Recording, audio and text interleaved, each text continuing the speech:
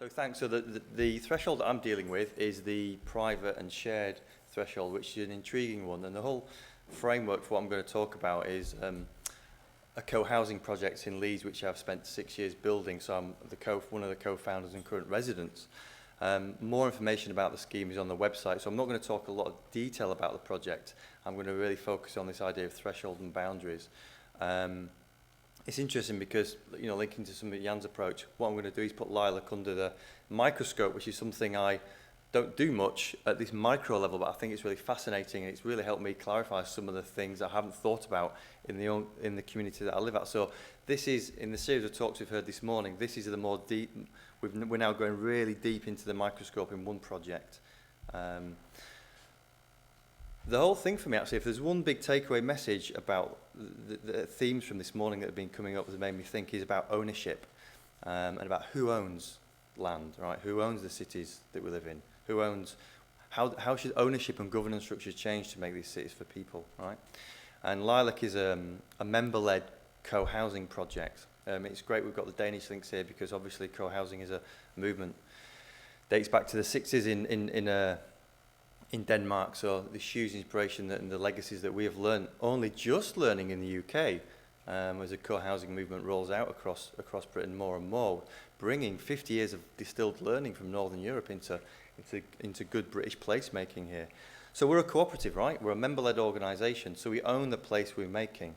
It's a game changer. It's fundamentally different, right? The old, lessons of Ebenezer Howard, getting these, how do we make the places, how do we own and govern the places we live in a not-for-profit way, in a collective, values-led, associative way, together, right? It's fundamentally different. So that's what we are as Lilac. There's 40 adults and kids that live there. We're all members of the society that runs the project. The International Cooperative Association is our values that we speak about up front. We are a cooperative, and we embody the cooperative values, right? In our place, in our fabric, in our form, and our function. It's really different. So it's a very different place, Lilac. And it's a co-housing project. And the essence of co-housing allows us to interrogate this threshold, right? Creating shared spaces and private places. That's what co-housing is all about. Private homes in a shared context. It makes you live differently. And that's what I'm going to put under the microscope now. Because this is Lilac. The duckweed's gone, by the way, so it's not quite so green now. But it's still fairly green. But it sits amongst the red brick terraces of West Leeds. And it's a fascinating place that feels like it's landed from a different planet amongst a very traditional planning environment. We have broken all the rules in terms of planning in a northern English context. And now we've become a celebrated example for the City Council, who have so thrilled that they kind of backed us as this huge risk, which they didn't quite understand. And we have weekly delegations from the City Council who desperately trying to get this movement going now, because they've seen what it can deliver in terms of well-being outcomes for residents. So I'm going to talk about this place, right? The initial architect's drawing kind of divided up the different spaces in Lilac between private homes, smaller private gardens, big shared spaces. These are all the hallmarks of co-housing, right? How do you push the private stuff to the edges and push the common shared stuff to the middle? We've got huge shared allotments here, cars off to the side. You've got this really innovative, big, expansive shared space in the middle. It's not public, so it's not a thoroughfare for the surrounding street for the general public, although we do have to negotiate that boundary as well. So that's the site. There's 5 blocks laid out. That's my house. That's the common house. All these shared spaces, the big pond that you saw in the drawings, the shared allotments, and right in the corner is a totally public space which we've opened to the local community. So this is it's an experiment in kind of the use of space. We've got the social and the spatial coming together there, creating places. So there's a view of Lilac, this big shared central space we have, this pond, which is a kind of a natural and social hub, right, of the community, of the houses clustered around it. It's really pioneering for Britain. It's not so pioneering for probably other places where they've done this for decades. And so I don't want to kind of oversell what we've done at Lilac. We've borrowed from a lot of good practice over the decades. So let's get into some of the detail. Here's my house on the right at the bottom there. So this is what you can see is the shared path right around the site, but the small private gardens to the right, so co-housing a small private frontages, gives you a little bit of privacy when you come out of your doorstep. The shared village green straight off, so lots of benches, lots of places to sit. I took some photographs the other morning. Everyone was at work, so normally it's very animated, so apologies. There are normally lots of people around, but I just took photographs at the wrong time. But the point is that we get these, there's a real immediacy, right, between the shared and the private. The boundaries are invisible, but they're everywhere, and they're always negotiated. We have a front gardens agreement, and the agreement is that the society, you do not have a front garden in your lease, but you have the first right to maintain your front garden, and you have to maintain it in a way that other people can have access to it. So these are yours primarily to landscape. So this is someone's front garden, but other people can come and sit there with you. So everyone's designed them in that, with that in mind. It's a fascinating way to conceptualize your front garden. But what we didn't want to do is break down the shared space, which you can see there in the middle, into little private front gardens. And people, there's a lot of immediacy with people's front gardens where people are just, we're very committed to minor planning in Lilac. We don't want to rush into, so people are building their front gardens organically and thinking, how do we want to develop it? So a lot of people are still thinking about them. All sorts of little bits of the infrastructure are actually really important in a shared space. The washing line, everyone washes clothes, right, all the time. So the point is, we have to negotiate. There's private spaces within a shared washing line here. Where do they go? Where do you hang your washing up within a shared space, within your private bits of your washing line? The kids have really made us think about this more than anything. Kids provide all the lessons to use of space. You just have to watch them follow the children. They come out of their homes into the shared spaces. They use spaces in the way that they want to. Kids instinctively don't like to go to the private gardens. They want to go into the shared spaces. My son Milo, there dressed as a tiger, is always out onto the shared spaces, never wants to be in the small private spaces. Turns on its head what the planners wanted us to do, creating safe private spaces. Kids want shared space.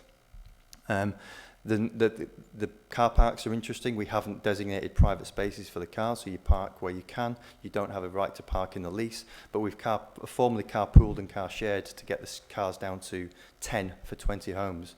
And we've done that through collective agreements. The fact that we're a mutual member-led organisation, we talk to each other about keeping the cars to 10. Right? So there's a kind of a collective peer pressure. We've done it. No designations, but people park where they want. Bike sheds, there's 58 bikes on site. It's amazing. The planners never thought we'd do it. They probably thought we were lying to them about being such keen cyclists in Leeds.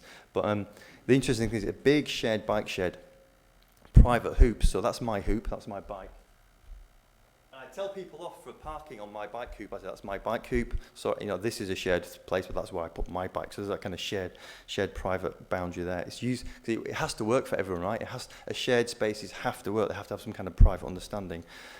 We don't have letterboxes and airtight houses, but some people, interesting, look here, some people have gone for sealed post mailboxes. This is in the common house, so this is a shared lobby where the shared mailboxes are. Some people have gone for locking up their mail behind little doors. Some people wanted them totally open. Some people have taken a different approach, private or shared, within their letterboxes. I thought it was a fascinating little micro example there. Boundaries. How do you identify boundaries in this kind of space then? So please close the gate when you come into Lilac, but it's 1.2 metres high. The council wanted us 1.8 metre close board fencing, right? So you couldn't even see in the site. No, bring the fences down. Everything's really low. But we do have these fences, but we haven't said keep out or private. We said please close the gate. Interesting delivery signs there on the flats. Lots of people around. We wanted people to interact with us. To understand, we've got a little pocket park there, a small green space for all to enjoy and conserve. So we try to kind of welcome people into it, even though people are a little bit hesitant to think that we've given some space back to the local community. They don't quite understand what it is. It's kind of quasi-public private space. And there is a little private sign. This is from the public space going into our private allotments, you can see there. They've got all sorts of interesting boundaries. This is between the public allotments and the private shared site. So little fences like that, which it's difficult to designate what kind of gate that is. It's a gate between a private and a shared site. So sometimes people leave it open, sometimes people leave it closed. There's little negotiated skirmishes going on between the community. Some people are committed So you're leaving the gates open because they want the public to come in, and some people want to leave them closed. So there's constant little negotiations going on between just things like closing and opening gates. We have people put up notices spontaneously. Last one out, please lock this door. That's in the common house. So things are constantly negotiated. There's an organic approach, right, to labelling boundaries. So it's quite fascinating, right, in terms of building management. And so one of the big questions. When are you in a shared space and when are you in a private space? Or when is it okay to talk about lilac? I just wanted to ask you about that. So the thing is, when you come out into public, this is Tash, my partner, what if you come to the front door with a cup of tea? What if you kind of like somebody sees you in your window? I just wanted to ask the treasurer about that report. I just wanted to ask the secretary about that form. I just need to ask the maintenance team something. You always have to negotiate your own personal boundaries in terms of your role in the society, because it's member-led. We all have roles and tasks, right?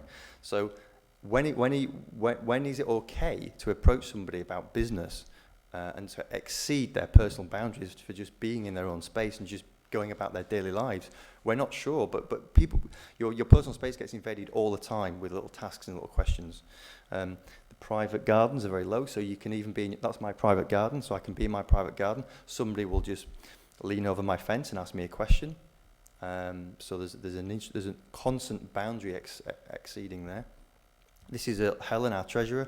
I bumped into her taking these photographs around site, and I had to ask her a question, so I stopped her when she was walking her dog. So you constantly have your private space invaded in the shared areas. The balconies are fascinating. People shouting up questions and shouting down questions from balconies. So they're a private space, but you communicate publicly from them with people because they're so open and public. The allotments, so you could be digging private. The most respected shared spaces on the site of the allotments. If you're digging, people leave you alone. It's quite interesting. So you could be stood on your doorstep having a cup of tea, and people will invade your private space. If you're digging, people see that as a sanctuary. You must not be invaded. It's quite interesting. The common house is the common house is in the middle of the site. Yeah, it's the shared space. There's opportunities for exchanging the communal laundry. So you might be doing a private laundry, but it's kind of taken for granted you can engage with people in the laundry, in the shared kitchen, the shared spaces, the living space. But the interesting thing is, lots of formal things happen in the common house, and therefore people feel they have to ask if they can engage with you in some of the rooms, because you might be in a meeting. It's difficult to know if someone's in a meeting or just chatting, so you always have to ask. So co-housing then, blurred and shared boundaries. Co-housing throws up this immediate dilemma, the blurring of shared and private boundaries. And it's a new kind of boundary, I think. It's not a boundary between the private and the public, the more traditional boundary. It's the boundary between the shared and the private. If you come and live in somewhere like Lilac and co-housing, there is a voluntaristic reduction in private space. You do subscribe to having your private space reduced. And it's a difficult landscape to interpret for visitors. Walking into a site like that, a lot of tradespeople and delivery agents walk in and they just say, what the heck is this place? People think it's a holiday camp. And in the first few months, it felt like being on holiday, right? It's a fundamentally different space for the UK. And it's a difficult landscape to interpret. People are more hesitant to enter it because they can't understand it or interpret it. And these spaces are constantly negotiated, especially being on your own and doing together. So can you just sit? It's very difficult to just sit in a shared space in Lilac and be, because you tend to get pulled into doing. Could you just help me with this? Could you just lift that? Can you just hold this for me? And different coping strategies. So there's verbal and visual clues that people use as strategies. Some people have started going out their back doors or keeping their head down if they know they don't want to get interrupted by questions or people as they walk through this collective site. And there's constant transgression and tensions in these shared spaces. Some people loving the interaction, going out into the shared spaces to interact with people. Other people having difficulties negotiating the boundaries of moving around site in a private way, in a shared space. But I think one of the geniuses behind something like the co-housing movement is it does create new spaces for shared co-creation, both informally, the chance encounters around site, but also formally in the common house, where we do build in that association and togetherness through our mutual structure. And so what we're looking at here is novel social and geographical logics of encounter. There's something socially and geographically, something really interesting going on here, right? Because it's based on cooperation, mutualism and association. Long ancient, very simple values, not capital accumulation, not profit and not individualism. When you start to think about the types of social interactions and geographical layouts which promote the top lot and not the bottom lot, that's when you start to get a fundamental shift in behaviours which can address some of the things we've been talking about earlier, climate change, mitigation, and adaptation, which fundamentally underpin all this. But fundamentally, just as Jan was pointing out, it's under-researched. We really don't understand the kind of social and geographical protocols which we need to focus on to transform city life in the future. So that's where I'm going to end, because I think this is the ownership stuff, the mutualism it underpins the ability to transform public space.